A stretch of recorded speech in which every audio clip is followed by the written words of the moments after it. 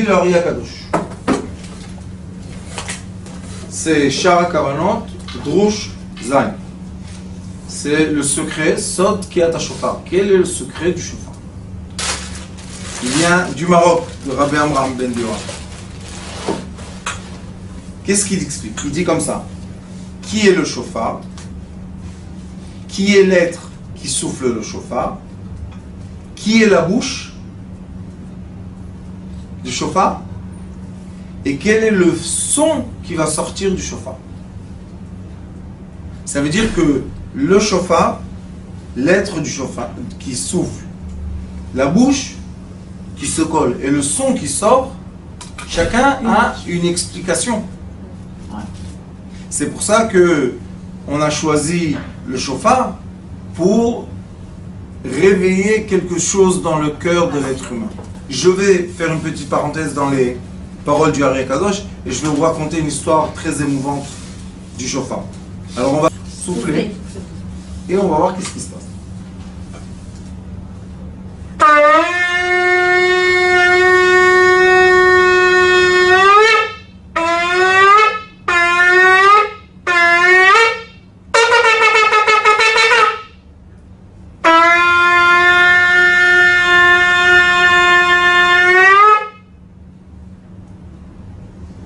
Qu'est-ce qui s'est passé?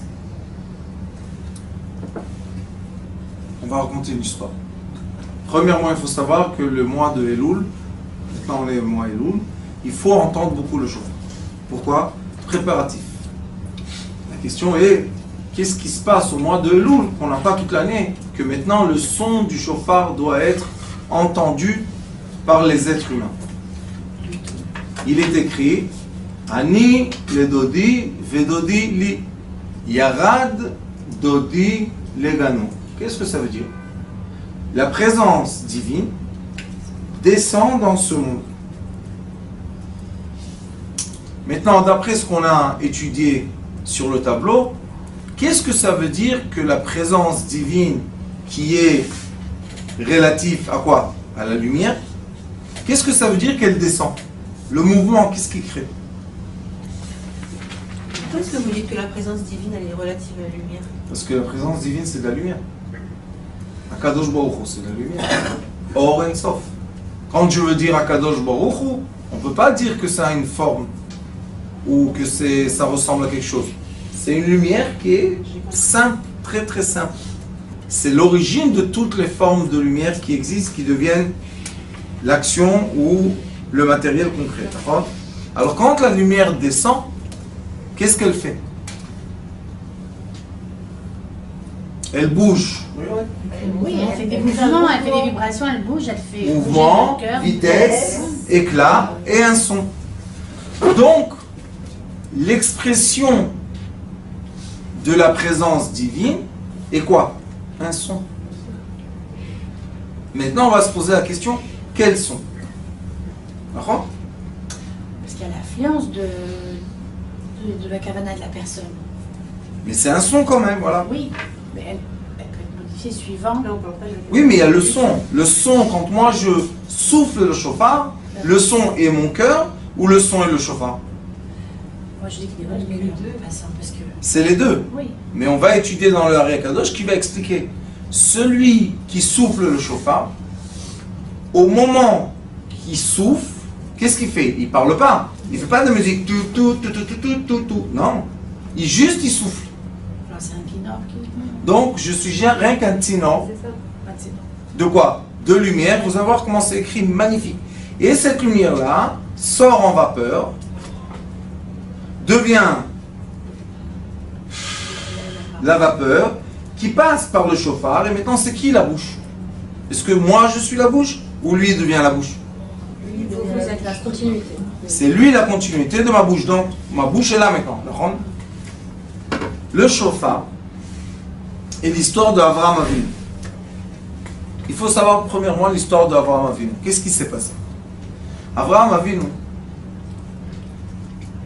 a dévoilé Akadosh Baruch Hu. Il n'a pas dévoilé Akadosh Baruch Hu même.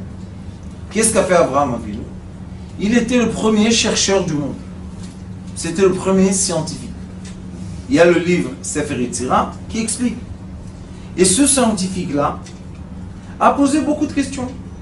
Pourquoi le soleil tourne? Pourquoi la lune tourne? Pourquoi la terre tourne? Pourquoi on est debout malgré que ça tourne? Plein de questions. Et à la fin de Sefer Yetzira, il est écrit qu'à force de poser beaucoup de questions et de faire la recherche, qui n'est pas seulement permis, mais d'après le Ari Akadosh, est nécessaire pour comprendre les lumières. On est obligé de comprendre le matériel qui est le reflet de la lumière. Ce Abraham Avinu-là a fait la guerre pendant toute sa vie contre l'idolâtrie.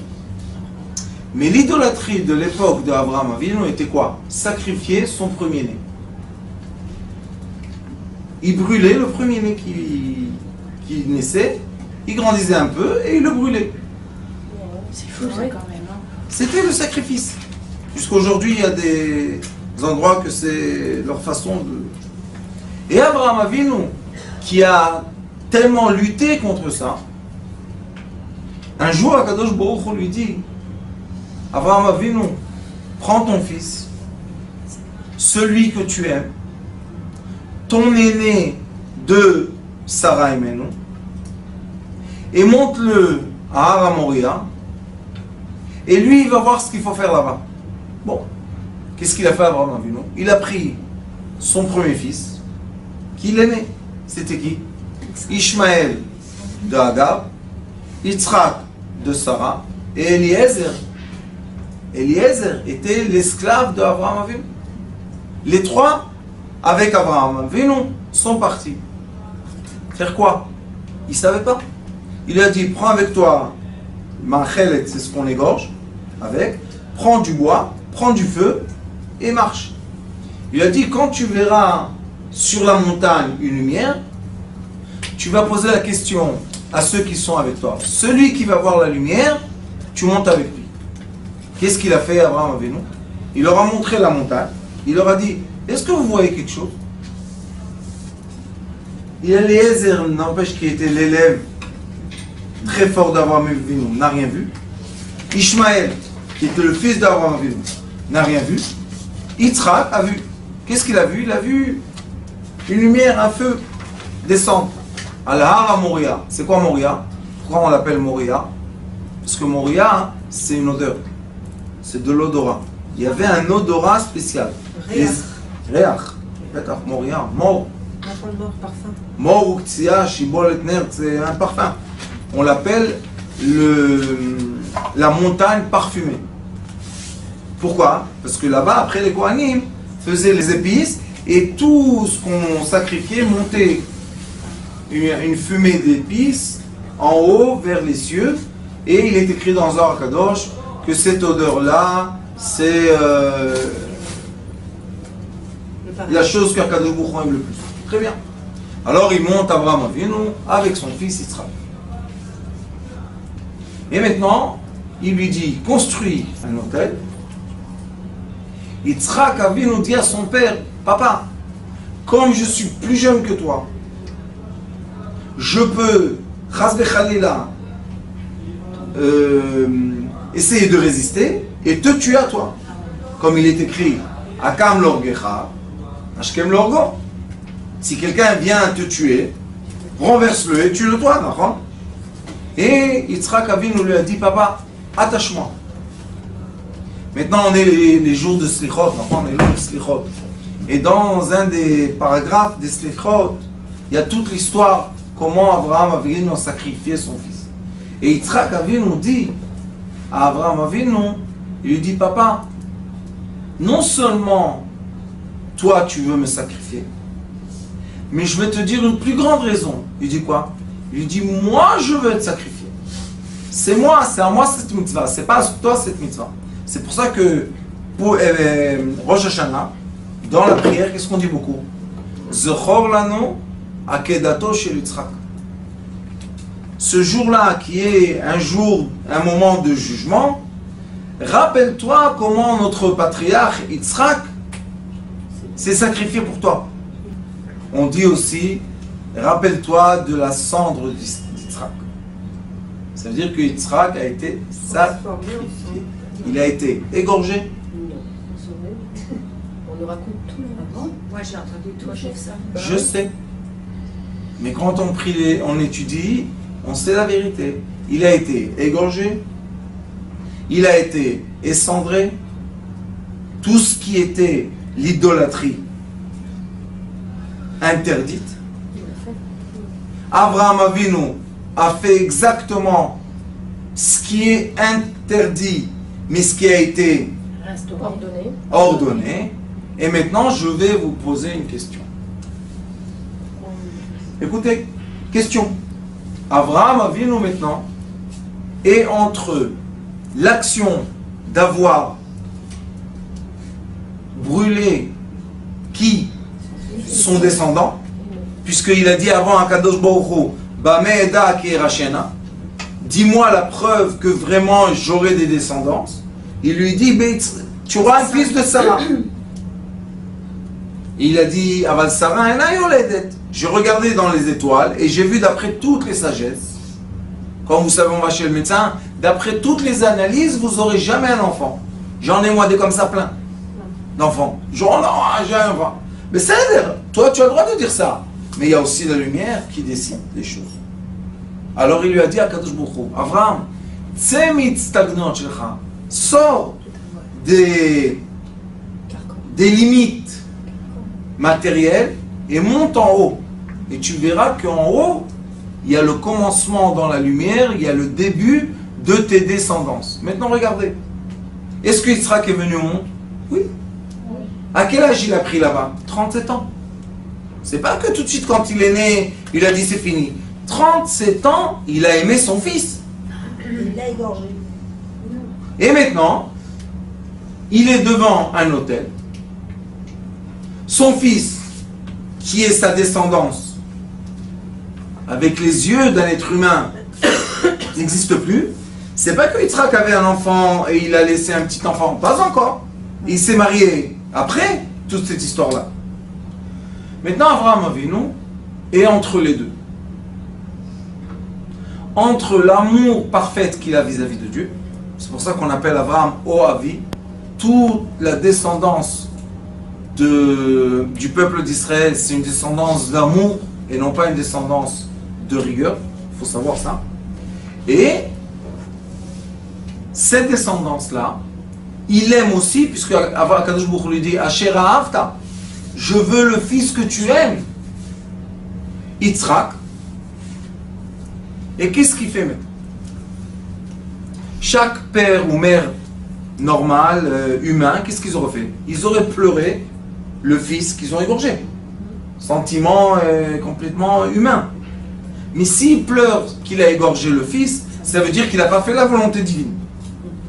D'un autre côté, s'il est en joie totale d'avoir fait la volonté divine, qu'est-ce qui se passe, monsieur? Ça va pas ou quoi? Qu'est-ce qu'il lui dit à Kadosh Baruch Hu? Prends le bélier qui a été créé au début, les livres disent que c'est le bélier qui a été créé au début de la création, égorge-le contre ton fils. Et Abraham Avinu, il n'y a pas écrit prends le chauffard, c'est écrit prends le chauffard. Il n'y a pas écrit.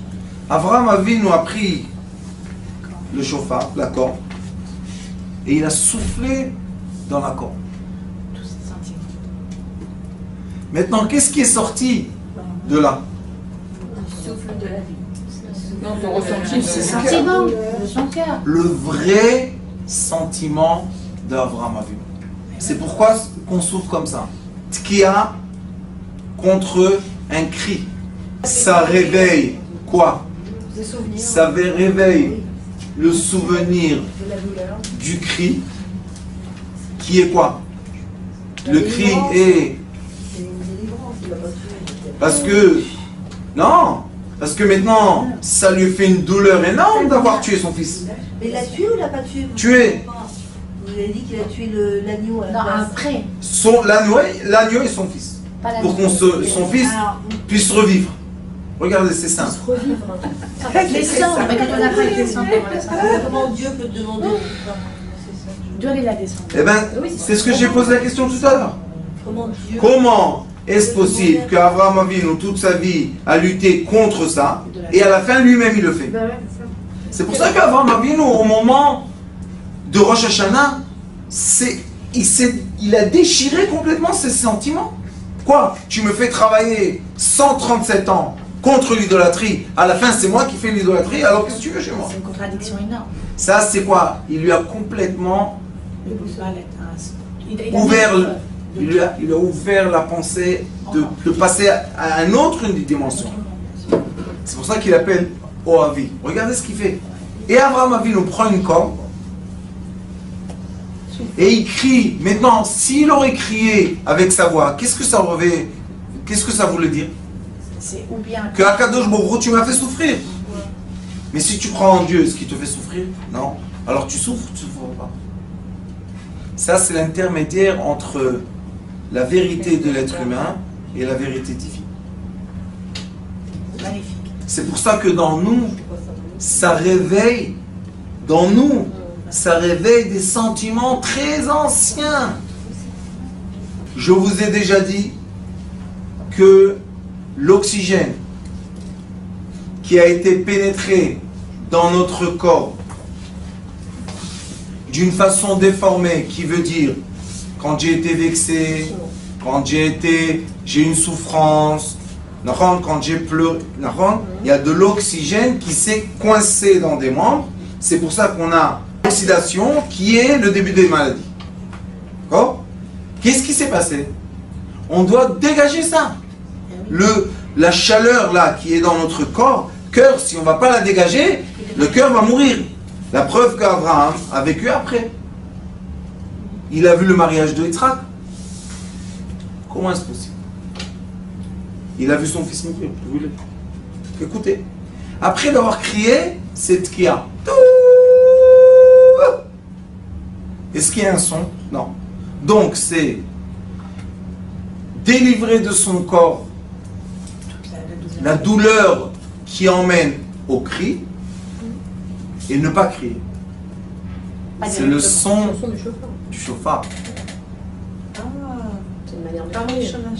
j'entends ça. Donc en fait, le son du chauffard est une douleur. Non, Ah non. C'est exprès. des sentiments, c'est des expressions. Des Délivrance. sentiments. Oui, mais il a 3 sons. Premier son, le cri. De quoi? Il a eu son fils qu'il aime, il a égorgé, il va pas pleurer. Hein? La deuxième, c'est quoi? Shvarim. Il y a des fois on pleure, comment on pleure? Et il y a Yevava. C'est quoi? C'est quoi? C'est les 3 sons. Qui sont les 3 souffrances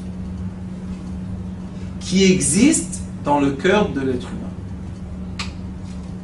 La volonté de crier, faire sortir. Anacha, en hébreu on dit anacha, c'est quoi anacha? Je. De l'expirer. Souffler. D'accord? Ça c'est tkiwa. De le sortir. Shvarim, ça c'est shvarim. Et après on a 3. C'est la fin de la pleure. Maintenant, quand on est dans le jour... Non, je vais vous dire pourquoi c'est pas triste, parce qu'il y a la fin Oui. à cette histoire. Quand on est dans le jour de Rosh Hashanah, ces sentiments tellement forts de notre patriarche se réveillent, puisque le jour réveille, hein, et on a le son du chauffard. Ce besoin de crier, essouffler et pleurer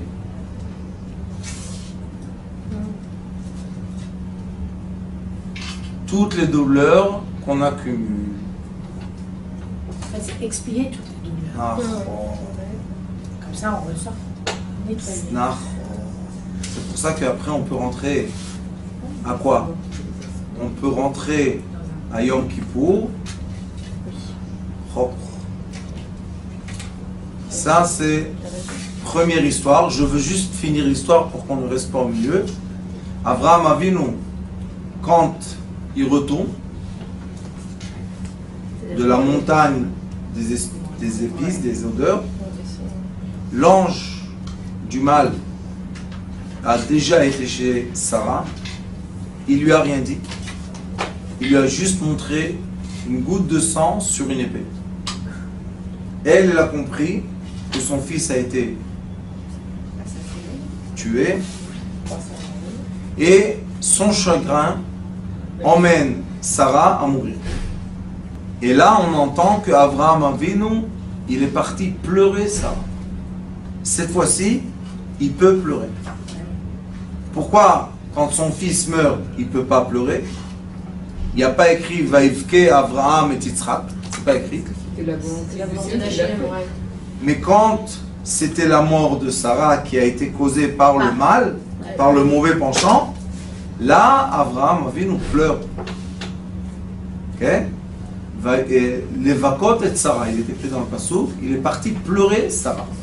Et de cette histoire de pleurer Sarah, on a toutes les halachot, comment on va réconcilier une personne pendant son deuil.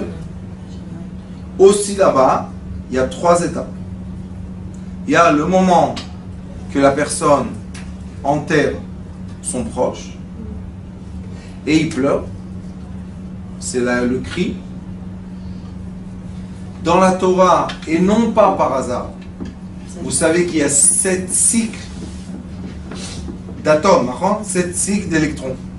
7 cycles. Cycle, Ok. chant, et il y a 7 branches de la menorah.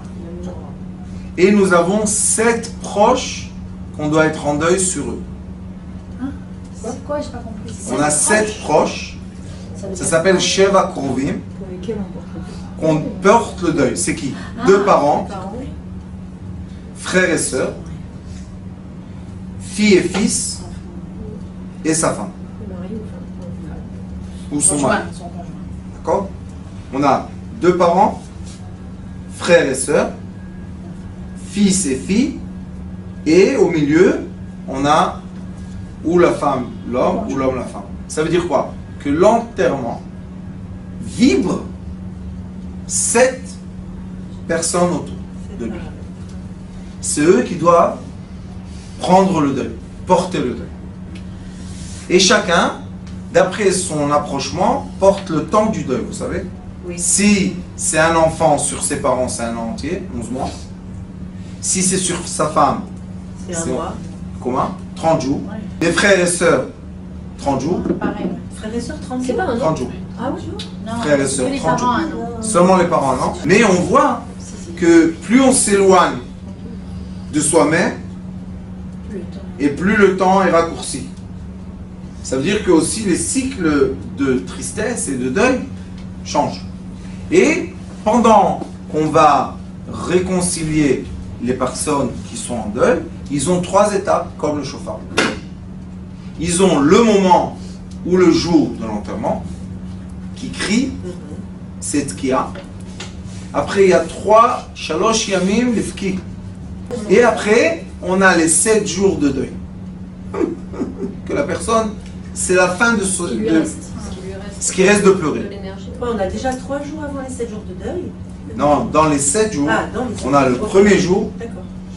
on a les 3 premiers jours et on a les 7 jours. Ok. On a Tkia, Shvarim, 3.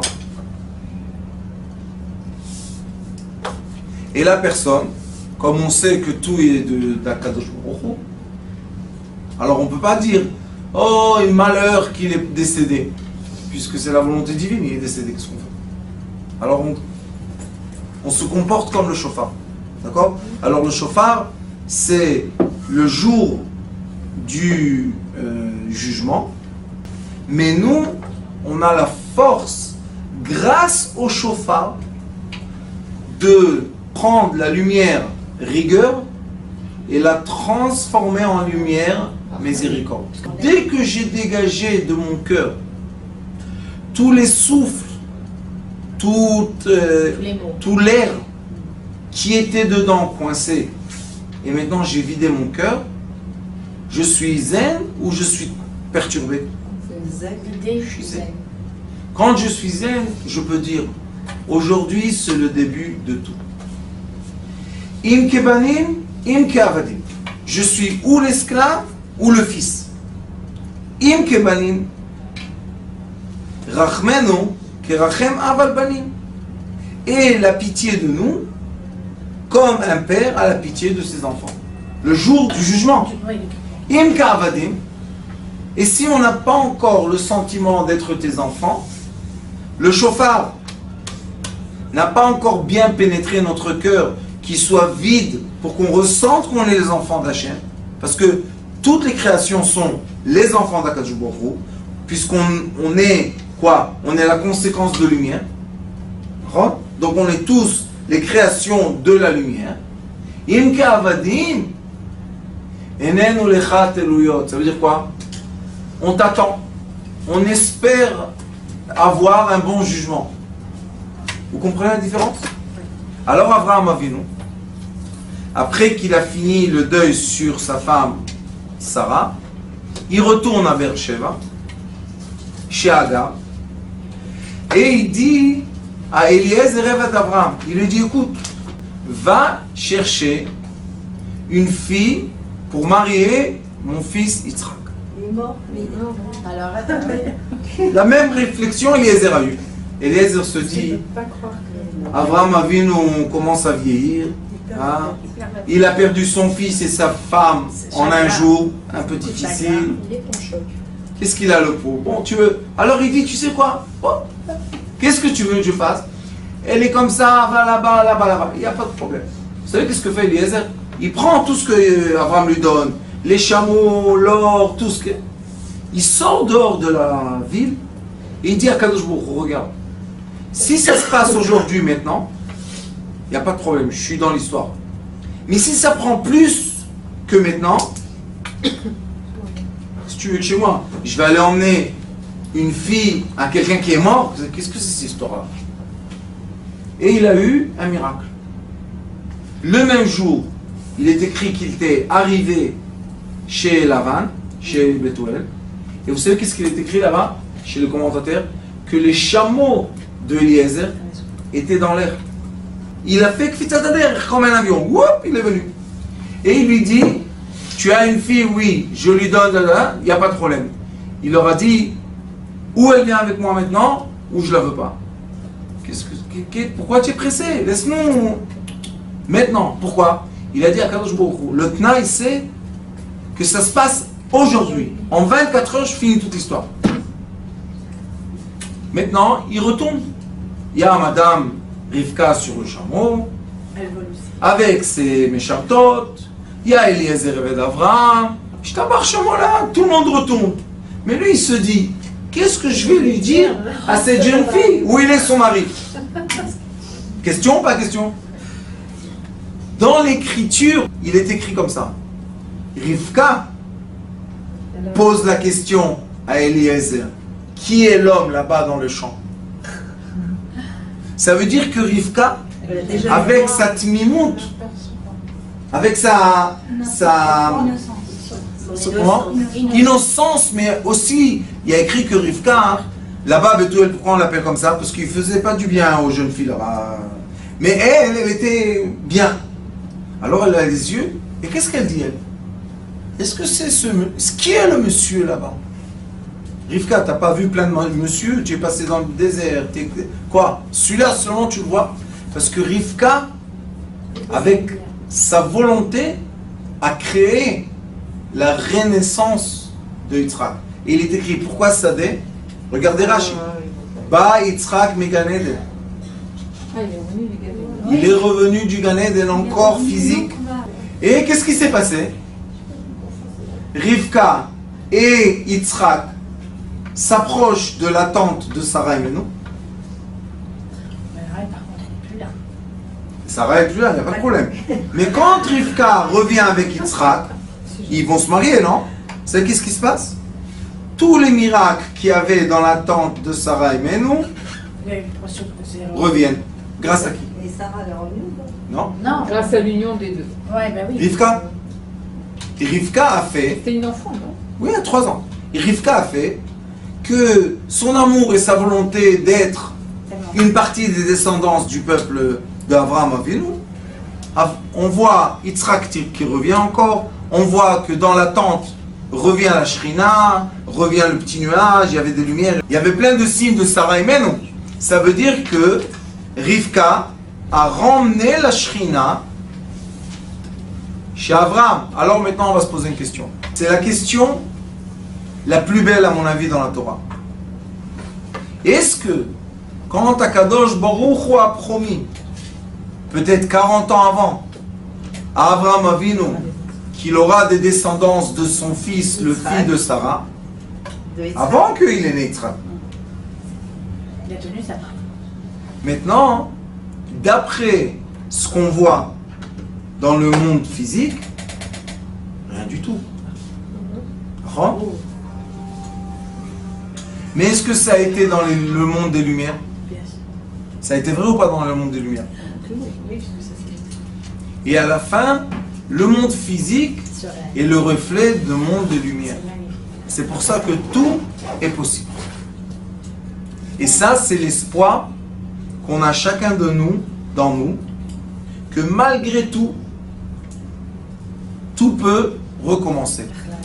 Ça, c'est le chauffard qui nous rappelle quoi? Nous sommes dans deux dimensions en un être humain. Nous sommes dans la dimension lumière que tout peut se passer. Là-bas est la guérison, là-bas est la source, la racine de l'argent, là-bas est la racine de tout ce qu'on désire et ce qu'on veut. Et nous avons le monde physique, qui est un monde limité. Le chauffard prend la lumière non limitée qui pénètre l'être humain, qui réchauffe le cœur de celui qui va souffler. Il y a un rapport intime de bisous entre mes lèvres et les lèvres du chauffard. Voilà. On va dire de contact. Le contact. Pourquoi je vous dis bisous? Parce que Akadosh Baruch Hu nous donne l'air tout le temps. Et il est écrit qu'il nous embrasse tout le temps pour nous donner l'oxygène. Donc ici, j'embrasse le chauffard. Ok. Là, le son qui va sortir du chauffard se retransforme en lumière. C'est ce qui est écrit dans le Ari Kadosh. La lumière entre, tu dois permettre la lumière entrer. Et quand tu souffles, ça ne doit pas être un effort. Ça doit être l'air qui sort tout seul. Alors le chauffard est quoi? Et l'intermédiaire entre matière et antimatière. La matière rentre d'un côté, sort de l'autre antimatière. Ça passe par quoi? Nekuda achat ktana, regardez. Yud, Nekuda achat ktana, regarde, c'est un petit point. On ne souffle pas comme ça. On souffle dans un point. C'est quoi ce point? Yud, le fameux Yud de l'atome, le commencement et le début de tout. Donc on tient dans notre main la machine qui est organique, non? Oui. C'est une corne. Une corne est capable, par un petit trou, de transformer la matière en antimatière. Quand on le voit dans notre main, puisqu'on le tient, imaginez-vous combien de trous on a dans notre corps. Qui sont là pour faire quoi? Pour transformer la matière en antimatière. Pour être capable de connecter la personne matérielle à l'être spirituel. Un des trous est quoi? La fontenelle, ce qu'on a ici. La fontenelle ici connecte l'être matériel avec l'être spirituel. L'être matière par les trous des oreilles est connecté à l'être antimatière, qui est l'être qui enveloppe l'être matière et déforme le son d'après les sentiments. L'odorat est aussi un trou qui connecte l'être matière avec l'odorat qui l'entoure, mais l'odorat aussi est déformé par l'être antimatière qui nous entoure. Nous avons le trou de la bouche qui fait la connexion entre l'être matière et l'être antimatière, qui crée, on crée avec ce qui sort, on crée l'être antimatière, d'accord? Et nous avons encore une connexion, l'intimité. L'intimité connecte l'être matière à son complément qui est ou sa femme ou l'homme. Cette rencontre crée la vie ou doit créer le plaisir qui connecte l'homme et la femme terrestre au Père et Mère céleste.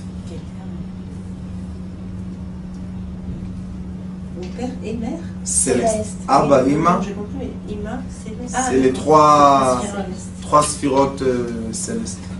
C'est la couronne, le Père et la Mère.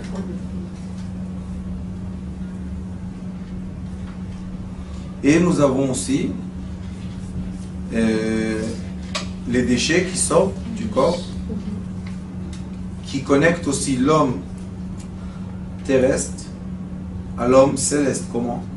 Si les déchets restent dans notre corps, ils pourrissent, excusez-moi de dire ça, et on meurt.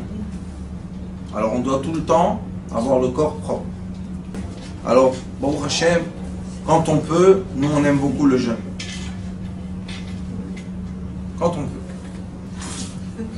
Maintenant, après qu'on a compris toute l'histoire du chauffard, et on voit dans le Hari Akadosh que c'est des lumières, regardez qu'est-ce qu'il écrit. Sag, en hébreu, Sag, Samer Gimel, c'est 63. C'est le nom de la mer céleste. La lumière de Ima, de la mer céleste, pénètre l'être qui va souffler le chauffard. Donc on a des lumières qui pénètrent, qui rentrent dans le cœur de l'être et qui vont ressortir d'où? Par la gorge, le palais, la langue, les dents et les lèvres, qui sont les 5 origines du son. La gorge, le palais, la langue, les dents et les lèvres. Boumaf, ça s'appelle. Alors il dit, si tu prends les 5 origines, que de là-bas sortent les 22 lettres, et tu fais 22 lettres avec 63 qui est le nom divin de la maman, ça fait combien ensemble? 85. 85, écrivez 85. 80 c'est quoi comme lettre en hébreu? Pei, pei, pei. 5 c'est quoi en hébreu? Hey, qu'est-ce qui sort? P. La bouche. Et c'est pour ça qu'il est écrit Chaim ve'mavet beyad à la chambre. Alors maintenant, avec votre permission, on va encore une fois sonner le chauffard. Le son du chauffard doit réveiller en nous quoi? Sortir toutes les émotions qui nous encombrent et qui ne nous permettent pas d'être quoi? Propre, vide, silencieux, apaisé, tous les mots que vous voulez, qui disent que mon cerveau maintenant est capteur de lumière. il est écrit dans Hidrazuta que Rabbi Shimon Bar Yochai a dit Moach, Shakit, Veshachiach. Pour capter la sagesse, on est obligé que notre cerveau soit silencieux beaucoup de temps. Shachiach, c'est tout le temps. Comment on va mettre le silence dans le cerveau? Rabbi Shimon Bar Yochai dit on doit être assis, s'apaiser, sourire et être heureux. Alors maintenant, on va écouter le chauffard. On va permettre au chauffard de nous nettoyer les bruits qu'on a à l'intérieur. On est prêt? Allez, méditation chauffard.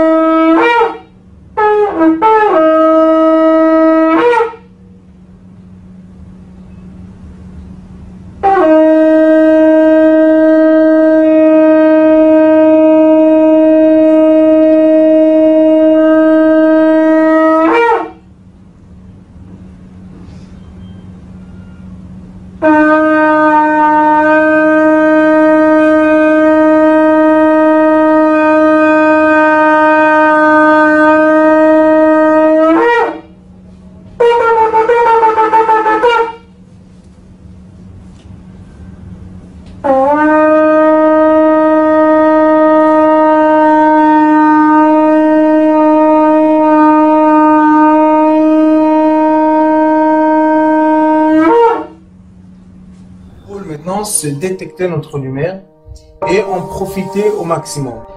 Et quand on a un plaisir ou un désir, la porte s'ouvre encore plus grande. Vous comprenez c'est quoi la lumière? Lumière, amour. C'est pas important qui tu es, où tu es, comment tu es. Dieu t'aime.